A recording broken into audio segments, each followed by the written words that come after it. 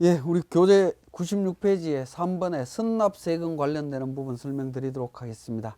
자, 선납세금은 법인의 자산 중에 은행 예금, 적금, 유가증권으로서 이자 수익 등이 발생됐을 때 원천징수세액을 차감하고 지급받게 되는데, 그 원천징수세액을 우리는 선납세금으로 회계 처리를 합니다. 자, 이 선납세금은 기납부세액으로서 우리 법인세 신고할 때 원천징수세액으로 차감되는 내용이기 때문에 정확하게 반영해야 됩니다. 자, 원천징수세액은 과거에는 법인에 귀속되는 원천징수세액은 법인세만 원천징수를 하고 지방소득세는 원천징수하지 않았습니다.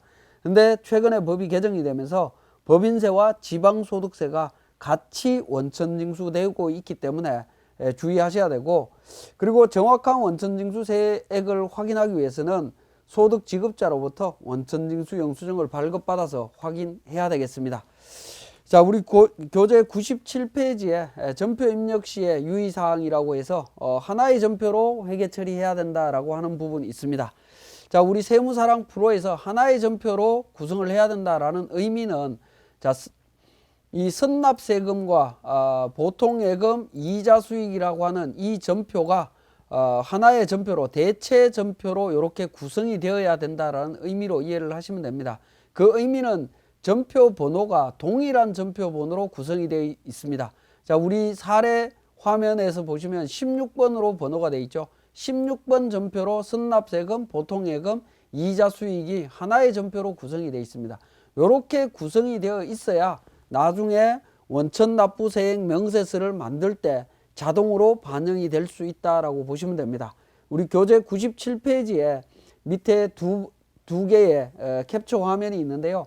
이렇게 이제 전표 번호가 다르다든가 입출금 전표로 회계 처리하면서 전표 번호를 달리 구성을 하거나, 또는 대체 분계를 했는데도 전표 번호를 상이하게 다르게 구성한 경우에는 나중에 원천납부세액 명세서 작성할 때 제대로 반영되지 않는 문제가 발생을 합니다.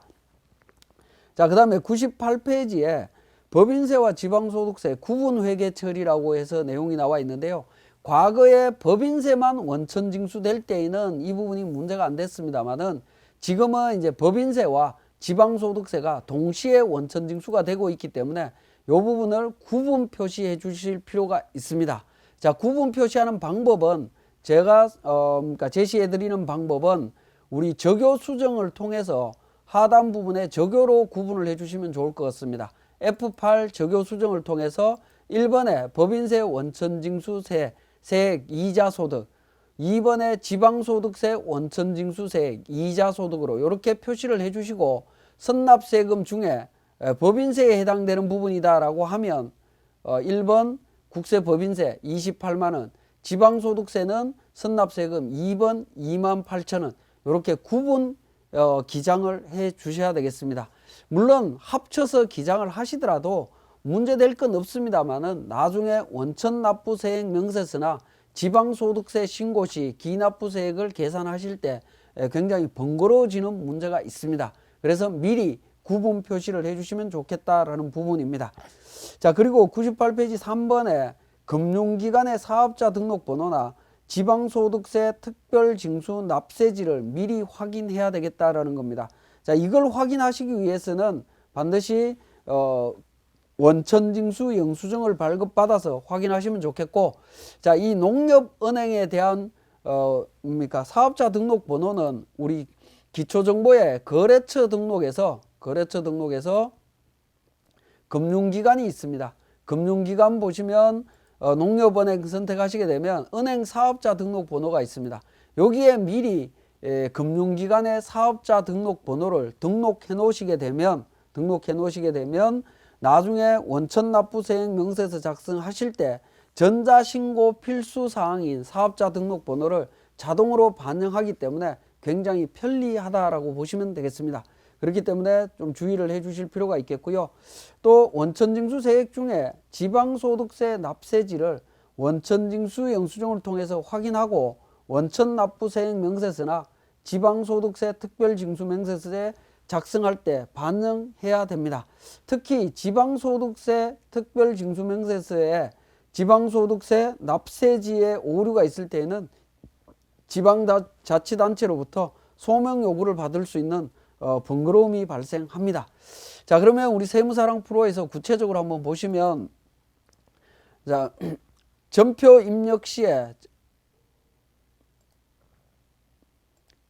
자, 일반 전표 입력할 때 선납세금에 대한 부분을 지방세와 국세로 이렇게 구분해서 회계 처리를 했다라고 하면 법인 조정에서 법인 세액 계산 및 신고서에 원천 납부세액 명세서가 있습니다. 자, 원천 납부세액 명세서의 내용을 F12 불러오기를 통해서 자료를 반영을 합니다. 예라고 누르게 되면, 자, 선납세금으로 회계 처리된 내용을 전액 다 불러오게 됩니다. 이때는 지방소득세와 법인세를 구분하지 않고 전체 불러오게 되는데요. 지방소득세 관련되는 자료는 일단 삭제를 합니다. 이거는 수동으로 어쩔 수 없이 여러분들이 삭제를 하셔야 됩니다. 삭제를 하시고요. 자, 원천납부세액 명세서에서 엔터로 이동을 하다 보면 이자 금액란에 팝업 창이 별도로 뜹니다. 자, 이 이자 금액은 28만 원과 같은 전표로 구성하는 이자 수익을 찾아서 반영을 해준다라고 보시면 됩니다. 그래서 반영해서 적용해 주시고, 지방세 납세지 서초구라고 하면 F2번을 통해서 서초구를 찾아서, 서울 서초구를 찾아서 반영을 해주시면 됩니다.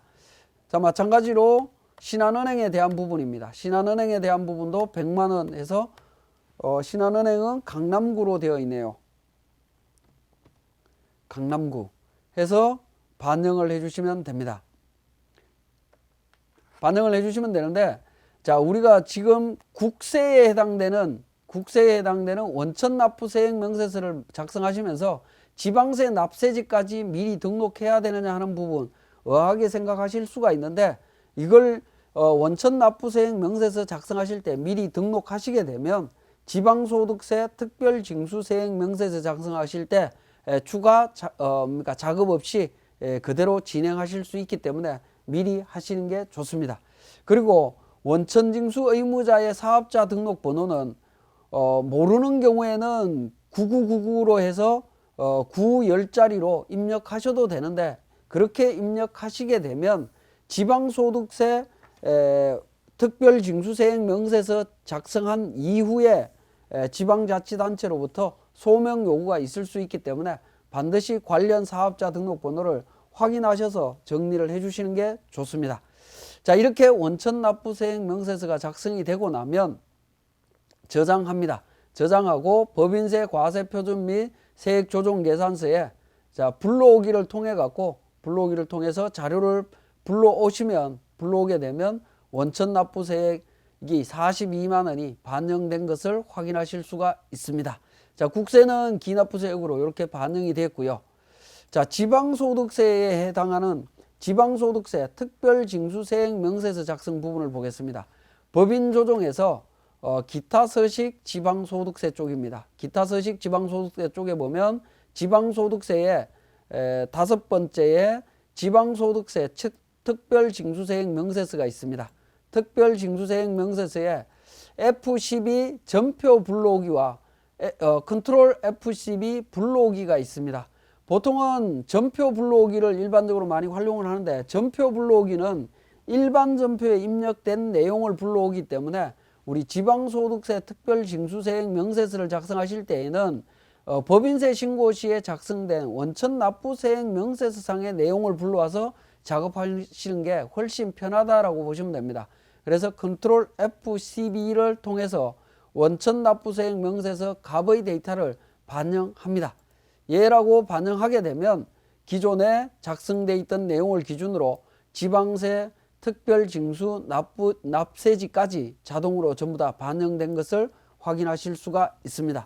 결과론적으로 원천납부세액 명세서를 정확하게 잘 구성해서 만들게 되면 지방소득세 특별징수세액 명세서는 자동으로 구성이 된다라고 보시면 될 것 같습니다. 자, 여기까지가 그러니까 선납세금에 대한 처리였습니다.